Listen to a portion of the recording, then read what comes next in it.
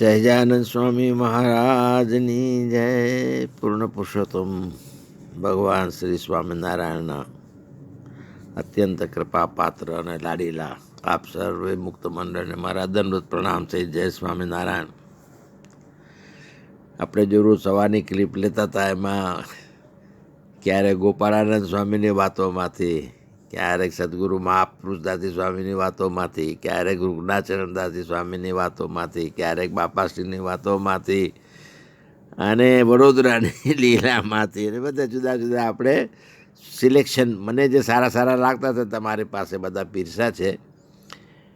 હવે મને એમ થતું હતું કે વચનામૃત ગ્રંથ જે છે ને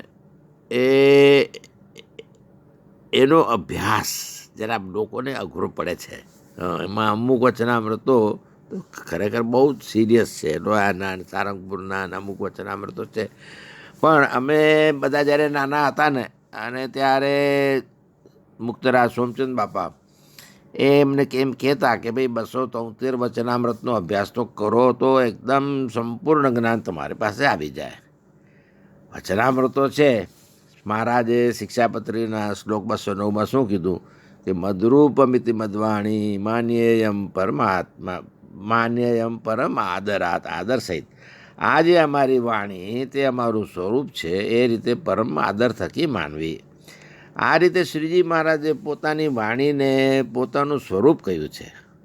વચનામૃત એ સર્વોપરી શ્રી સ્વામિનારાયણ ભગવાનની શ્રીમુખ પરાવાણી છે. તેમનું વાંગમય સ્વરૂપ છે. જીવોના આત્યંતિક કલ્યાણ માટે ભગવાન સ્વામિનારાયણના વચનામૃત જેવું બીજું કોઈ શાસ્ત્ર નથી. વચનામૃતે સર્વાંગ સંપૂર્ણ પરાવિદ્યારૂપ પરમ કલ્યાણકારી અધ્યાત્મ શાસ્ત્ર છે. હવે આમાં એવું છે કે બધાનું જો અભ્યાસ ન થાય ને, તો પછી મહારાજની કહેવાની જે મુખ્ય વાતો છે ને, એવા વચનામૃત 48થી 50 જેવા વચનામૃત સોમચંદ બાપાએ અમને લખાવેલા કે આ વચનામૃતોનો અભ્યાસ કરશો ને તો બહુ હેવી નથી, પણ મહારાજને જે કહેવું છે એ સંપૂર્ણ વાત એમાં આવી જાય છે. આ વચનામૃત ગ્રંથ છે ને એ સર્વોપરી ગ્રંથ છે. હાથીના પગલામાં અન્ય સૌ જીવ પ્રાણી માત્રના પગલાં સમાઈ જાય તેમ વચનામૃત ગ્રંથમાં જ સર્વે જીવના હિતને કરનારી સર્વે વાતો આવી જાય છે. વચનામૃતમાં સર્વે શાસ્ત્રોનો સાર પણ સમ્યક રીતે બનાવેલો છે. ગીતા, ભાગવત, વેદ, પુરાણમાં જે વાતો છે એમાંની ઘણી વાતો શ્રીજી મહારાજે વાતો કરતાં એમાં વણી લીધી છે.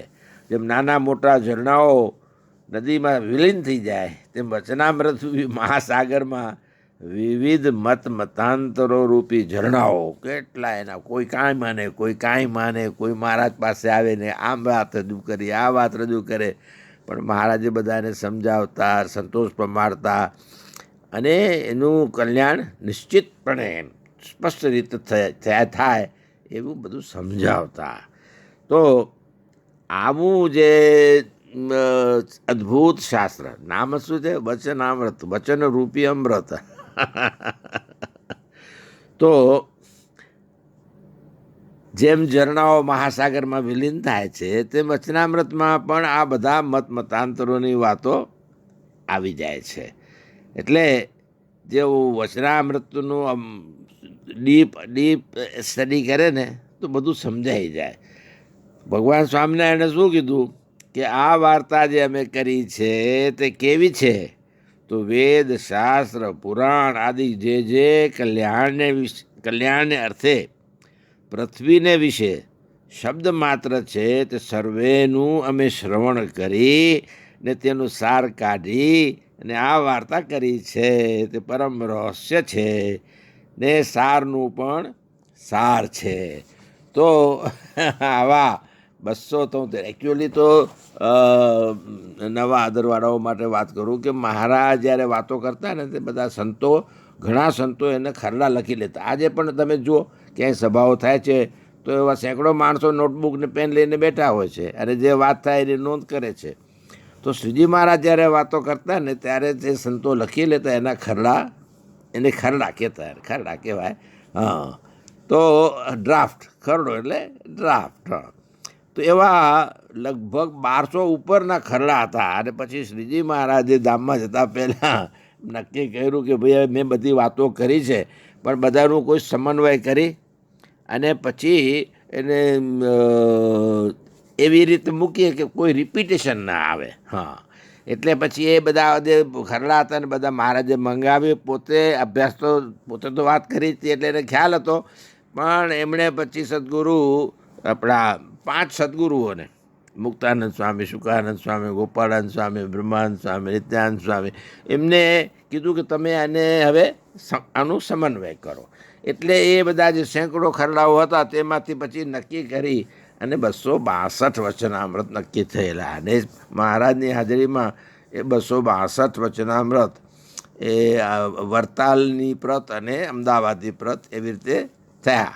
પણ પછી પાછળથી અમુક ખરડાઓ જેતલપુરના, અસલાલીના, અમદાવાદના અમુક રહી ગયા હતા ને, તે કુબેરસિંહજીએ જ્યારે સાંભળ્યા ને ત્યારે એમને કીધું કે ભાઈ આમાં તો મહારાજે ઘણી વાતો કરી છે, એ અમુક નથી આવી, સર્વોપરી વાતો છે, મારી પાસે ખરડા છે. અને પછી એમને અયોધ્યા પ્રસાદજી મહારાજને આપ્યા અને અયોધ્યા પ્રસાદજી મહારાજને બહુ ગમ્યા.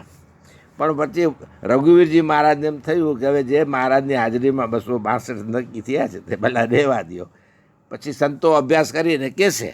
પણ પછી અયોધ્યા પ્રસાદજી મહારાજને ઠીક લાગ્યું કે આજે ખરડા છે કુબેરસિંહજીએ આપ્યા છે અને બીજા લાલીના હરિભક્તોએ આપ્યા છે, તો એ બધા સાથે લઈ અને 273 વચનામૃત અમદાવાદની પ્રતમાં છે. અને આપણે એ પણ શું કહેવાય, એમાંથી સોમચંદ બાપાએ જે આપેલા ને એમાં એ તમારી પાસે રજૂ કરું છું. પ્રથમનું પહેલાંનું મેં પહેલાં એક વખત વાંચી ગયો છું, એટલે મેં આ વખતે રિપીટ નથી કર્યું. પણ બીજું લીધું, 8મું લીધું, 10મું લીધું અને હવે આજે 17મું લઉં છું. તો શું છે કે આમાં આપણે બધી વાત સમજાઈ જાય ને પછી એક વખત એમાં રસ પૂરો જાગે અને મહારાજને જે કહેવું છે એ સમજાય અને પછી વિશેષ સમજણ માટે આખા વચનામૃતનો અભ્યાસ કરવો. અને એમાં પણ ઘણી વખત વિરોધાભાસી પણ ઘણી વાત આવે.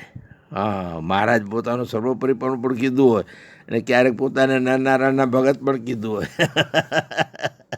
તો એ બધા ખુલાસા સમજવા માટે બાપાશ્રીએ અને સદગુરુ ઈશ્વરચંદ્ર સ્વામીએ બહુ મહેનત લઈ અને જેટલી એવી જે વાતો હતી ને એ બધાનું સ્પષ્ટીકરણ કર્યું. અને ખૂબીની વાત એ છે કે વચનામૃતની વાતોને સરખી સમજાવવા માટે બહારનો કોઈ પણ ગ્રંથનો બાપાશ્રીએ કે ઈશ્વરચંદ્ર સ્વામીએ આધાર નથી લીધો. વચનામૃતમાંથી જ વચનામૃતની વાતોનું બધું સમર્થન એમણે કરાવી આપ્યું છે. એટલે અભ્યાસ કરવા જેવું છે. પણ હવે આપણે જેને અભ્યાસ નથી અને કે જેને થોડો છે તો એ તો આગળ વધો. એટલે આપણે લઈએ. હવે આ 17મા વચનામૃતમાં શું છે, અને મહારાજના વખતમાં પણ એવું ચાલતું. તો હવે આજે તો વિશેષ છે, સ્માર્ટફોનના જમાનામાં તો બહુ વિશેષ ચાલે છે. તો મહારાજ શું કહે છે તો આપણે સાંભળીએ કે સ્વામિનારાયણ હરે સંવત 1876ના માક્ષરવદી પંચમીને દિવસ શ્રીજી મહારાજ શ્રી ગઢડા મધ્યે દાદા ખાચરના દરબારમાં આથમણે બારણે ઓરડામાં કથા વંચાવતા હતા. અને ધોળો ખેસ પહેર્યો હતો તથા ધોળી ચાદર ઓઢી હતી તથા ધોળી પાગ બાંધી હતી અને પીળા પુષ્પની માળા પહેરી હતી અને પીળા પુષ્પનો તોરો પાગને વિશે ખોસ્યો હતો અને અતિ પ્રસન્ન થકા વિરાજમાન હતા. સંતોએ નોંધ કરી છે કે મહારાજ બહુ ખુશીમાં હતા, બહુ આનંદમાં હતા. તે સમયને વિશે મુક્તાનંદ સ્વામી તથા ગોપાળાનંદ સ્વામી આદિ સાધુને તેડાવ્યા ને શ્રીજી મહારાજ તે સર્વે પ્રત્યે બોલ્યા. જે આપણા સત્સંગમાં મહારાજને શું છે, ક્યારે કંઈ વાત કહેવી હોય ને તો પછી બધાને બોલાવતા. પછી વહેલી સવાર હોય કે મોડી રાત હોય કે બપોર હોય કે સાંજ હોય, મહારાજ એનું રિસ્ટ્રિક્શન કરતા નહીં. ગમે એ હોય, જ્યારે એમને વાત કરવી હોય ત્યારે બોલાવે અને બધા સંતો ભેગા થાય અને પછી મહારાજ વાત કરે. ત્યારે શ્રીજી મહારાજ સર્વે પ્રત્યે બોલ્યા, જે આપણા સત્સંગમાં થોડો કુસંગનો ભાગ રહ્યો જાય છે તે આજ કાઢવો છે ને આ પ્રકરણ એવું ચલાવવું છે જે સર્વે પરમહંસ તથા સાંખ્યોગી તથા કર્મયોગી સર્વે સત્સંગીમાં પ્રવર્તે. તે સત્સંગમાં કુસંગ તે શું છે, તો જે વાત ના કરનારા હિંમત વિનાની વાત કરે છે તે સત્સંગમાં કુસંગ છે. હિંમત વિનાની વાત કરે છે તે સત્સંગમાં કુસંગ છે. તે કેવી રીતે વાત કરે છે? તો એમ કહે છે જે ભગવાનનું વચન તેને યથાર્થ કોણ પાડી શકે છે, અને વર્તમાન ધર્મ પણ યથાર્થ કોણ પાડી શકે છે? આ ઢીલી વાતો આવી. હા, માટે જેટલું પડે તેટલું પાડીએ. અને ભગવાન તો અધમ ઉદાહરણ છે, તે કલ્યાણ કરશે. એનું નામ જ અધમ ઉદાહરણ છે. તો અધમને ઉદ્ધાર કરવો એ જ તો એનું કામ છે. તો ભગવાન કલ્યાણ કરશે. અને વળી એમ વાત કરે છે જે ભગવાનનું સ્વરૂપ જે હૃદયમાં ધારવું તે કંઈ આપણું ધાર્યું ધરાતું નથી. એ તો ભગવાન જેને દયા કરીને ધરાવે છે તેને ધરાય છે. તો એવી રીતની મોડી વાત કરીને ધર્મ, જ્ઞાન, વૈરાગ્ય અને ભક્તિ ઇત્યાદિ જે ભગવાનની પ્રસન્નતાના સાધન તેમાંથી બીજાને મોડા પાડે છે. માટે હવે આ જ દિનથી આપણા સત્સંગમાં કોઈ પણ એવી હિંમત રહિત વાત કરશો નહીં. સદા હિંમત સહિત જ વાત કરજો. મહારાજ ભલામણ કરે છે, ભાઈ સાંભળજો. સદા હિંમત સહિત જ વાત કરજો. અને જે એવી હિંમત રહિત વાત કરે તેને તો મહારાજ કે નપુસક જાણવો. પછી એનાથી કંઈ પ્રાપ્તિ થાય નહીં. અને એવી હિંમત વિનાની વાત જે દિવસ થઈ જાય તે દિવસ ઉપવાસ કરવો. ઇતિ વચનામૃતમ. એવી રીતે પ્રથમ પ્રકરણનું 17મું વચનામૃત થયું.